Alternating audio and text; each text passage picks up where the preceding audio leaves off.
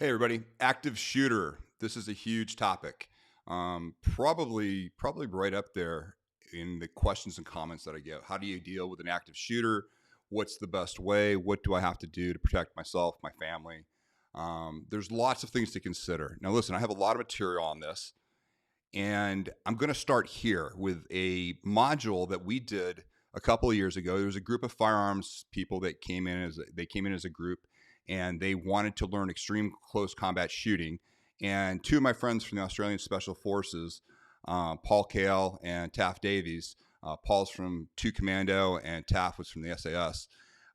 They had been working together with our special forces, and I met them through some friends, and they're just great individuals, very thorough, very entertaining. But they put on a module. It's going to be 2 parts. This will be the first part, and I think they're going to give you a perspective on active shooters that's a little bit different than a lot of what you've probably heard.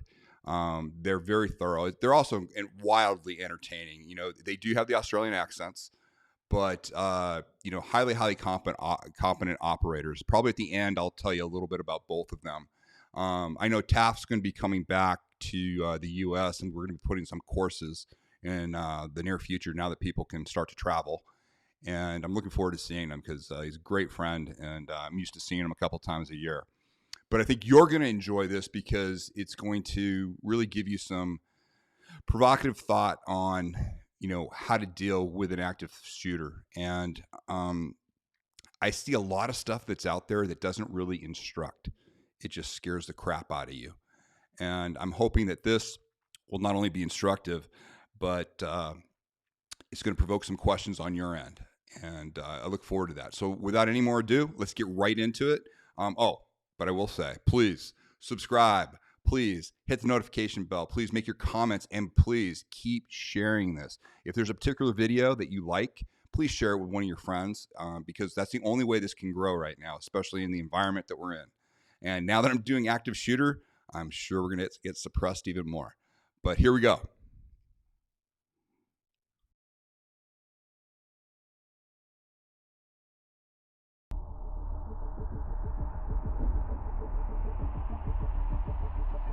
Awesome. So what active shooter goes, that's something that Tim came to us and said, I would like you to do something on active shooters with these guys, swarming the target and that kind of thing. And Paul and I sat down and discussed it, and we put together some considerations. So this is purely, it's going to be a talk. We're not going to get up, we're not going to practice swarming, all right, for a number of different reasons. And hopefully you guys will tell me what they are as we go along. The problem with an active shooter, normally we get confronted with a threat, right? We make an assessment of that threat based on what the knowledge we have from what we visualize, all right? Whether it's somebody that jumps up and shapes up to me, well, I assess him. He's bigger than me. Most people are, but he's bigger than me. He's strong. He's got this. He's got a bar in his hand. These are the assumptions. This is the process that I go through to form the model that I'm going to solve this problem with. What's the problem with an active shooter? We're in a building. Let's put it in a building. We'll paint the scenario in a second, and we'll talk through it. But the problem with an active shooter is, like, if we can't see them, we can just hear gunfire, for instance. What's the problem with that situation for us? Sorry? Yep, echoes don't know where it's at. But let's deal with the shooter himself. What do we know about him? Nothing. How can we formulate, right, a solution to a problem? We know the end state probably is that he's going to want to kill everyone. Does he want to kill just women, just men, black guys, white guys, kids? Does he want to kill people? Does he want to wound them? Well, what's he got? Does he firearm-wise? What are his capabilities? We can assume his intent. Okay, what are his opportunities? What abilities? We don't know anything, so it makes it very hard to create a model to solve this problem with. All right? Now, let's paint a scenario, and we'll work through this. So what Paul and I did is we sat down and came up with a bunch of considerations. Right, basically a framework to come up with a model to solve this problem. And it's very interactive, and I dare say you guys will give us some considerations that we haven't thought of. And that's great, because then we write it down and steal it for the next course. But that's how we're going to do this. So we're going to paint a picture, right? We're going to say any one of us and our partner, husband, wife, whatever, are going to a meeting with an insurance company in a 2-story building. All right, it's floor-to-ceiling glass windows. It's got a double door that we enter the building. It's got an internal central staircase, all right, up to the second floor. All right? And it's one of these ones that there's like a hallway that goes around. I was going to say corridor, but I'm trying to talk American. So a hallway that goes around the outside with internal and external offices. All right, we're going to start dealing with that. We've gone into this meeting with our insurance company. We've got a complaint about the service we've received from them. We've been met downstairs in the lobby. We've been taken up these stairs and up to a far corner office where we sat down with the insurance representative and we start talking to him. All right? What's the first thing? How would we know? Or what are the first indications going to be that there is possibly this active shooter going on? What are some possibilities? How do we know? Screams, absolutely. Gunshots, absolutely. Who has never heard a gunshot in real life? Yeah, a couple. It's important that you expose yourself to these sort of things. Gunshots outside sound very different to what people would expect. You know, gunshots inside sound different to what you'd expect, in my experience. Okay, different guns sound very, very different. So we're talking about gunshots, screams. How else? How else might we know? Anything else? People running, absolutely. Anything else? Yeah, because look, there's a bunch of different varieties. We could even be sitting in the office and look out the window and see a guy walking across the lawn with an AR-15 in one hand and a black tactile bag in the other. Right? Would you have the confidence to turn to the insurance guy sitting there going, who's that guy with the AR-15 and the tac bag? You know, consideration. So we'll assume that it started, right? We've heard gunshots, we've heard some screams. The first thing that we're going to look for now, to give you an idea, what we write is foe, friends, and family. That's our first consideration, all right? I want to know where the bad guy is. I want to know where my family is. Is that going to make a difference to how we deal with the situation? Absolutely. Yeah, I'm sitting in that office with my wife. She's right next to me. She's the only member of my family that I took to that meeting. I'm going to react very differently than if we'd brought my son and he's down the hallway in the toilet. It is going to make a difference. So foe, friends, and family. So when we're dealing with them, who and where? So as far as the foe, where is he? That's what I want to know. Because that's going to come into the next thing, which is escape and evade. Our perception of where he is going to influence which way we go to escape, if it's going to be allowed to be a factor. Okay? So who and where? So we've got the family with. So same scenario now. I'm there with my wife. She's next to me. I know where she is. So that's my only concern right then and there, is to look after her and myself. All right? Where do other civilians fit in? I've got there's the insurance guy sitting there with us as well. How does he factor into my plans from here? He's cover. He's cover. Okay, no worries. Well, you know, if you want to lead him out the hallway first, no, that works. I can't answer that question for you. All right, you have to answer that one for yourself, and that depends on a number of things. You know, it really, really does. If I think that my wife is going to survive because I use somebody else's cover, that's probably going to happen. You know, again, we're talking about the cold, hard light of day. That's probably going to happen. And I've got enemy facts and assumptions. We kind of touched on that in that what do we know about him? Nothing. What do we want to assume? Everything. You know, we don't assume that he's coming in there with lethal intent and he's going to kill you if he gets the chance. All right? So we've sat down in the office. We've heard the gunshots. I've done a quick appreciation. My wife's there. She's the one that I want to look after. All right, the guy's downstairs somewhere and I can hear gunshots. Okay, the next thing we've written is escape and evade. So straight away, we want to get away from the situation. And that might be it. That might be simple. We might be sitting at the right door. There might be an open door there. I go out. I run across the field. Problem solved. You know, for me, the situation's resolved itself. But what are some other considerations with regards to this escaping or evading this active shooter? Where is he going? Sorry? Where is he going? Absolutely. Where is he and where's he going? Absolutely. What else? Is there another one? Good. All right. What else? No, we haven't got anywhere yet. We're still making this is all going on like this. We're still making this assessment of how we're going to escape. Let's think about the scenario I painted. What floor are we on? Second floor. We're on an outside window looking out over a park, for instance. All right? We've got one internal staircase. Where are the fire escapes? I don't know. You know, there's one there. But from this scenario as we painted it, if there's one internal staircase going up from the first to second floor, do we want to go straight for that staircase? Probably not. Not initially. In some cases, we will. Like I said, I'm just using that as an illustration so we can start thinking about the process involved. So given this situation, we're sitting in this corner office, and there's one staircase up. All right, what are we going to think? Okay, where are we going to go from there? We still want to escape and evade if we can. Well, the window, what does the window look like? The second floor is not going to hurt you. Well, that's it. Second, what's below us? Looking out the window, can we jump? That's from that second floor. Possibly, possibly not. You know, can we break that window? What can we break it with? The insurance man. The insurance man. Good answer. All right. What I'm trying to get at here is the ease of escape. All right. And the ease of escape, given the scenario that I painted, is quite difficult.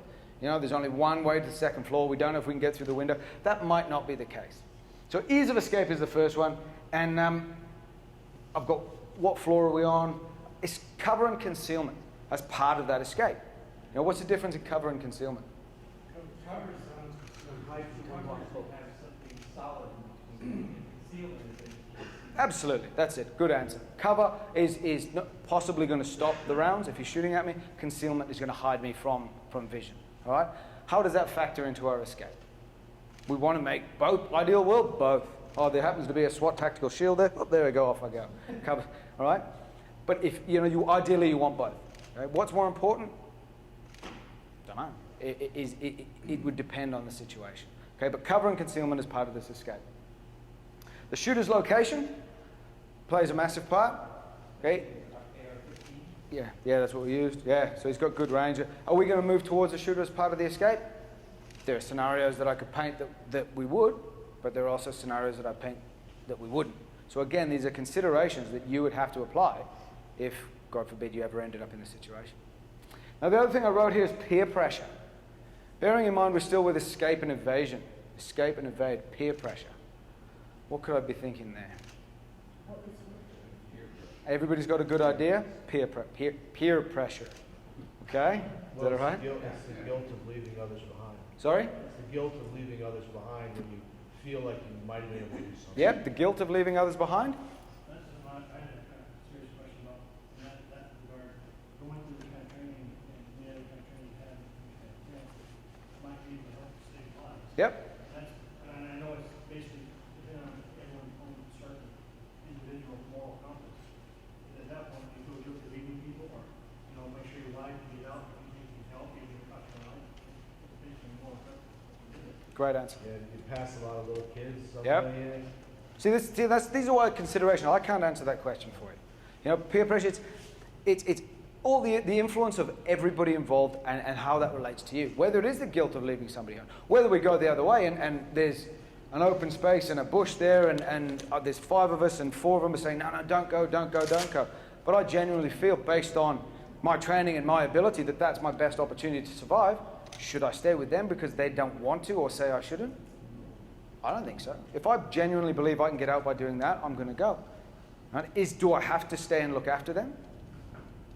Do I? I don't, do I? Should I? You know? If I've managed, if my doing that is going to keep my wife and kids with a father and these people who I don't know, all right, get shot, I don't know. These are questions that we can't answer, but the considerations that you have to think. Right? As I said to you before, I'm a big fan of visualization and wargaming. And when we finish this, I'm going to give you homework. You are going to think through an active shooter situation. Because the first time your brain encounters this situation doesn't want to be if it's actually occurring. I want you to have thought of it 1,000 times by then. And every one of them in a different scenario, but it's going to be the same considerations you apply every time to provide that solution. All right, so escape and evasion, peer pressure. Good. We can't escape. Okay, what can we do next? What's going to be next? Sorry? Can't evade. Barricade, okay, defend. Yep. How much risk you take to escape the situation is up to you. You might be willing to take more risk than me. You might be willing to take more risk than me. You know, and it depends on where I am. I'm in this office on the 2nd floor with one door. Nah, I'm going to stay here. I'm going to defend. So when we're talking about defense of a room, what's the first consideration? What's the first thing we want to know? Can he see into the room? Yep. So yep, that works. Can he see in? What else? Entrance and egress. Yeah, points of entry. Absolutely. So points of entry, cover and concealment. But those are the first 2 things I've got written here. Okay. I've got offensive opportunities. So I'm going to set this room up now. We're going to defend it, and then we're going to consolidate that defense a little bit later. Okay. We just don't want it to be somewhere we hide. It's somewhere where if he comes in, we've got a chance, okay, to attack. And we don't want to be that little cowering in the corner getting shot. At least if we get shot, we want to be doing something. Okay, so offensive opportunities in our defensive location. All right, what else? Improvised weapons. All right, we'll come back to that one as part of the consolidation. But already, as soon as I start setting the room up, there's my entry points. There's a window there. Okay, there's a big heavy desk there. Oh look, there's a gun in the corner. We're in America, you know, every room's got a gun. Do you have the lights on or off? If you were stuck in this room, Turn them on. off? Depends on what else could it depend on? Whether I have a firearm or not? What else? Is it daylight outside? Absolutely. Are the lights in the hallway on or off? You know? Where are we in the process? Imagine, let's paint this scenario again where it's nighttime, hallway lights are on, all the office lights are on, active shooter comes down to the end of the corridor, hallway, and he sees the light go out in one room under the door. Straight away he knows there's someone in that room. Right? So what's the answer to this question? I don't know. It's good enough I don't actually give you any answers. I just throw a lot of problems at you. It depends, absolutely. Again, but now you're starting to think about, oh, this, everything is going to have a reaction. If I do this, then this. If I do this, this. If the lights in, so lights on or off depends. We'll just leave that as depends. We could talk about that for ages. Phones on silent? Phones? Our cell phones? We put them on silent? Yeah. At that point, I don't know, maybe we'll leave that till a little bit later. So we've got friends, phone, family as our first consideration. Escape and evade is our second. Now we've defended. Right? We've set the room up as best we can. With that door's closed, I've managed to slide a desk between, turn it on its side, I'm behind the desk. Okay, I've kind of looked, there's not too many weapons in the room. All right? The next thing I've got here is consolidate and communicate. Why haven't we called 911 up until now? Hasn't been time. Yeah. We want to make sure we're safe. Last thing I want is be sitting here dialing 911 as that person comes through that door. Right? Now I'm in a situation where I've got a little bit of cover, a little bit of concealment. All right? I'm in a little bit of fortification. Now I can take the time to call. All right? So consolidating our defense. What are we going to do? Using this scenario. All right? We've turned this desk over. We're sitting behind the desk. We're using the insurance man as cover. All right? We've closed the door. What can we do from there? Make sure you sign the insurance contract. Give him an obstacle to deal with as he comes in the room. He'll give you a chance to. How's he going to walk? How's he going to get in the room? Well, he's going to walk through that door. Through the door. Let's talk about the door. Tell me about doors.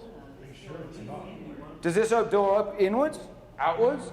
Is it a corner door? Is it a middle? Is it a door in the middle of the wall? These are all factors that change how we secure that door. If that door opens inwards, first thing, well, nobody said lock the door yet. All right? It hasn't got a lock on it. So even if you had opened it, it hasn't got a lock on it. So how can we stop that door opening inwards? Or how can we make it more of an obstacle than it is? A desk? I want that desk to hide behind that. Put a door, you put a chair where. Under the handle? if Yep. it's Good. that type of Good. handle. Yeah. What else? Yes, a door jam. You know, I've improvised door jam. Yeah, it works great. Now, it's an outward opening door now. Sorry, that doesn't work. What can we do? It's an outward opening door with no lock on it. What else can we do? Tie the door handle with what? A tie? I don't wear a tie. My belt's only this long. Your socks are this short. Okay. Keep going. What else? Internet cable. Internet cable. Oh, we've even got the cameraman piping in now. Awesome. What else? No, keep going. What else? Jacket curtain. Yeah. The ropes off blinds. Internet cable. The lamp. A cord off a lamp. Anything. Yeah. So we're going to tie that, and we're going to find something inside the room to tie it to.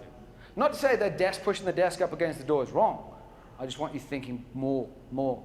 You'll find something to tie that off to inside. If I can't find something to tie it off inside, then I have to think, how can I put more obstacles in front of that doorway? Yeah? Good. So we're going to sit there now. We've locked this door. We've tied it with socks and belts and all sorts of stuff on the inside of the room. And now we're going to sit back and we're going to look at our situation and we're going to assess our vulnerabilities again. We're going to take a little bit more time and we're going to go through 2 seconds. And yes, let's consolidate and communicate. And then we're going to call 911. All right? My cell phone is dead. Damn it. What am I going to use? No, there's no phone in this room. Obviously, if my cell phone wasn't dead and there is a phone, then no way. How else can we communicate?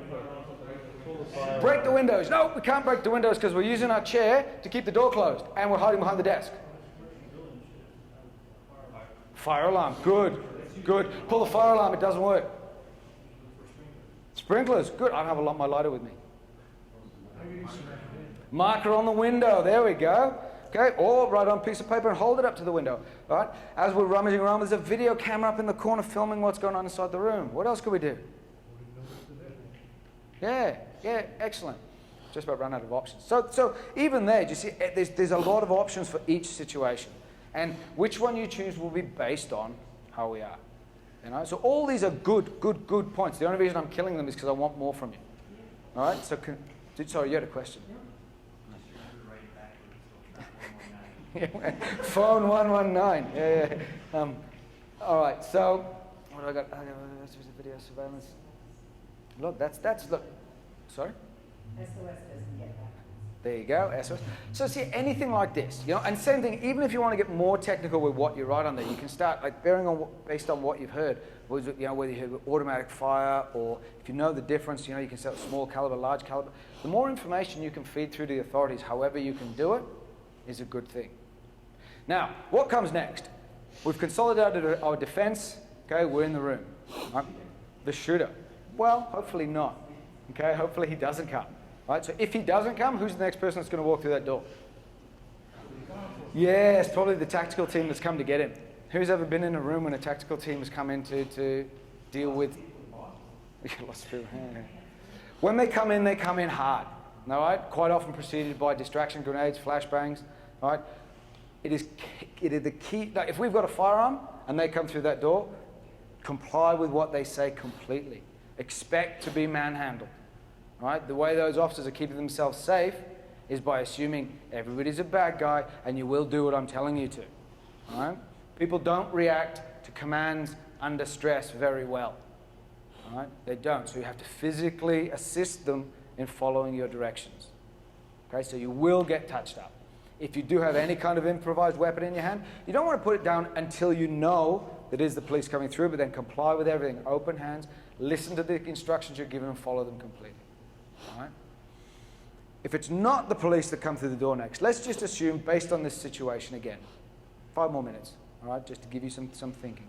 We've set this desk up, we've decided to hide behind it, and the next person that walks through the door, or I put my wife behind it, and I'm going to stand next to the door, all right? Tomorrow we'll do some really basic door appreciation stuff with you guys to show you how somebody will come through the door if they're trained or untrained. All right? And what you can see when you come through a door varies massively on how you approach it from the other side. So what you want to do when you go back to your hotel tonight is have a look at that and figure out, if that door opened this way, where could I stand in the room that he would be least likely to see me? Where would I stand in the room where as soon as he cracks the door, he looks in and he sees me straight away? And obviously you don't want to be standing there. You know? When he comes through the door, if the firearm comes through the door first, that gives me that fraction of a second to grab hold of it. Where do I need to stand to see the firearm first? This is stuff I want you guys to do tonight. When you go to the bar afterwards and you all have a couple of drinks, by the end of the night we'll have you moving as a tactical team through the bar. Yeah? So, but these are things that you have to figure out yourselves. The other thing I want you to do, again, is to start thinking about visualizing this situation. So you'll go tonight, you go and sit down in that restaurant. I want you to sit down in that restaurant and I want you to think, if a man came through that door with a gun right now, what would I do? Would it be simply a matter of me stepping around the corner and zipping out a fire exit? Do I need to turn the table over? Do I need to turn the table over and hide? Can I break a window with a chair? You know, can I jump on the other side of the bar because then I've got cover as opposed to concealment? You know, I want you to think it through. If he came in and went that way, then I could go this way. If he came in straight towards me, then I would do this. I want you to start thinking these through in your heads. All right? Same deal can be done with one of the questions we had last week was, what about carjackings? We said the simplest way to start dealing with a potential carjacking is when you pull up at a set of traffic lights, instead of fixing your makeup and your hair and all that sort of stuff, which Paul does all the time, I want you to pause and look at the people in the cars around you. They'll be oblivious.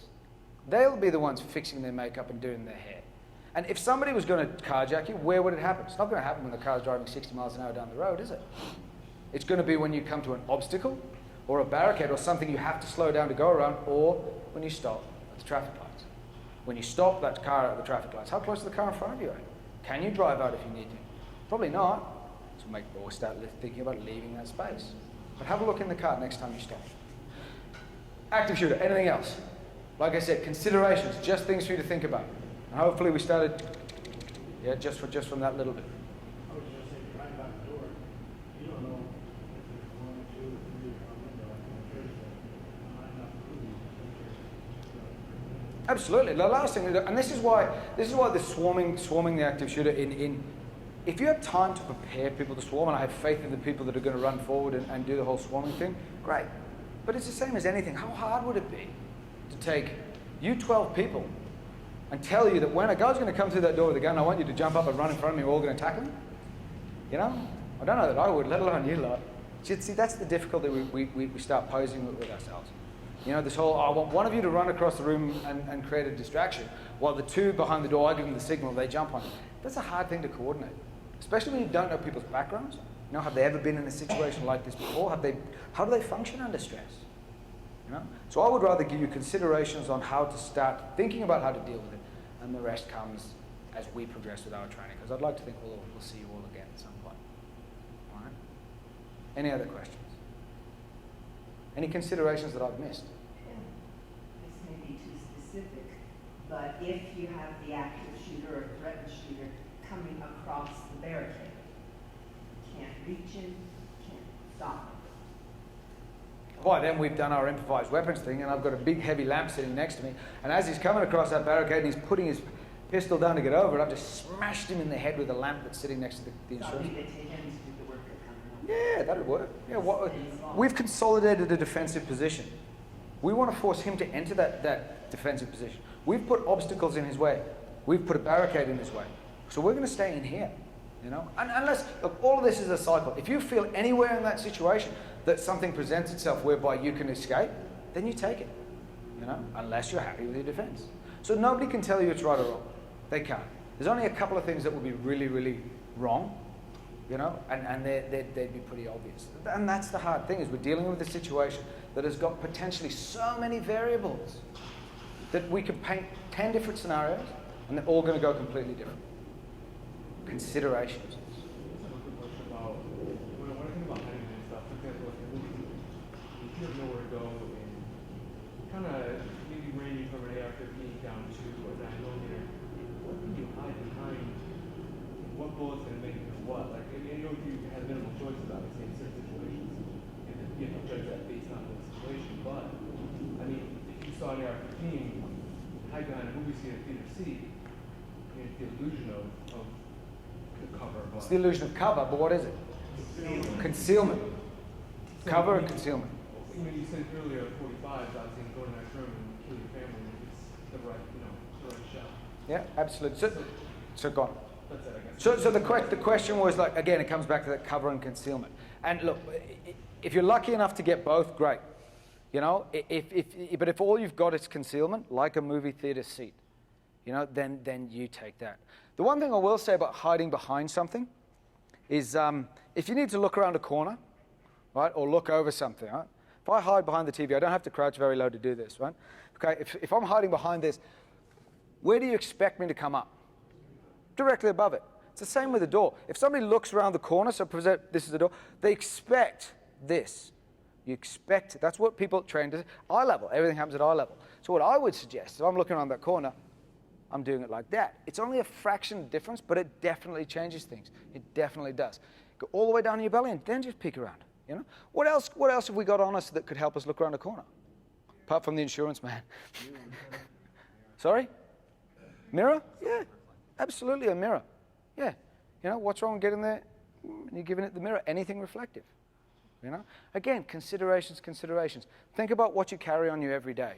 All right? Relate that. So when you do this visualization of this active shooter scenario, give yourself, this is my toolkit. My toolkit is exactly what I've got on me now, right? Which isn't much. But, you know, if you would normally carry a handbag or a day pack or something like that, my day pack's over there, my backpack's over there. It'd be different if I had that. Am I advocating that you go out and buy a little tactical mirror so you can just in case? It's up to you. It's up to you. But start knowing what you've got on you and how you can use it in this sort of environment. Phones are reflective. Well, they've got a camera on them. Click. Boop. You know? There's a bunch of different ways you can do it. Okay, so we're going to have part 2 tomorrow where they're going to go into application. But what TAF laid out in this particular module, the visualization portion, is the one area that I don't see enough people doing. It's such an opportunity. You want to install the situational awareness and the concepts that TAF was talking about. You want to do that in a low stress environment, when you first start, meaning, you're walking into a restaurant, you just get in the habit of noticing these things. He talked about when you stop your car, and then you notice how he kept asking the question, taking away things from people. It forced them to think of other things. That process is highly, highly valuable because most people have never thought about anything, like this before and what they would do. And this is starting the process of getting you prepared. As Taff said, you don't want it to be the first time you thought about this stuff during the event. So that's where modules like this are extremely helpful. And tomorrow, they're going to go through a lot more, practical knowledge on doors, how you go in. Paul's going to be talking tomorrow. He's highly entertaining, but very intense. I think you're going to really, really like the next segment as well. Just a little bit background on both these guys. They are tier 1, Australian tier 1 level operators, both of them. Extensive combat experience. Paul actually got in the press because normally, they avoid the press. But Paul became very famous in Australia because during an Afghan campaign that he was involved in, he got tied up. I think I've told this in another time. He got tied up, and Paul's the guy that went to do the Kimura on the Afghan rebel and actually broke his arm, and the guy kept coming. And that's when Paul just realized, my God, my knife is right here. He took his knife. He killed the guy, and it was the first confirmed kill for Australian Special Forces, I believe, since Vietnam, with a knife. And Paul had that distinction when he came out. And Paul got some injuries, and they took him back to Australia, and there were some interviews, and this information came out. But both of these guys are very low-key, very professional. But I wanted to give you the Special Forces approach because they're a lot more methodical than I've seen a lot of the active shooter training that I've seen in the civilian world, where a lot of it is just really hypey. It really scares you, and it doesn't necessarily give you good principles to work with. So anyways, that's our first module. Please, comments, questions, send them our way. As I told you, I'm going to be expanding on this subject. I have a lot of material on this, but I wanted to start you here with this particular module. So part 2 will be in the next video.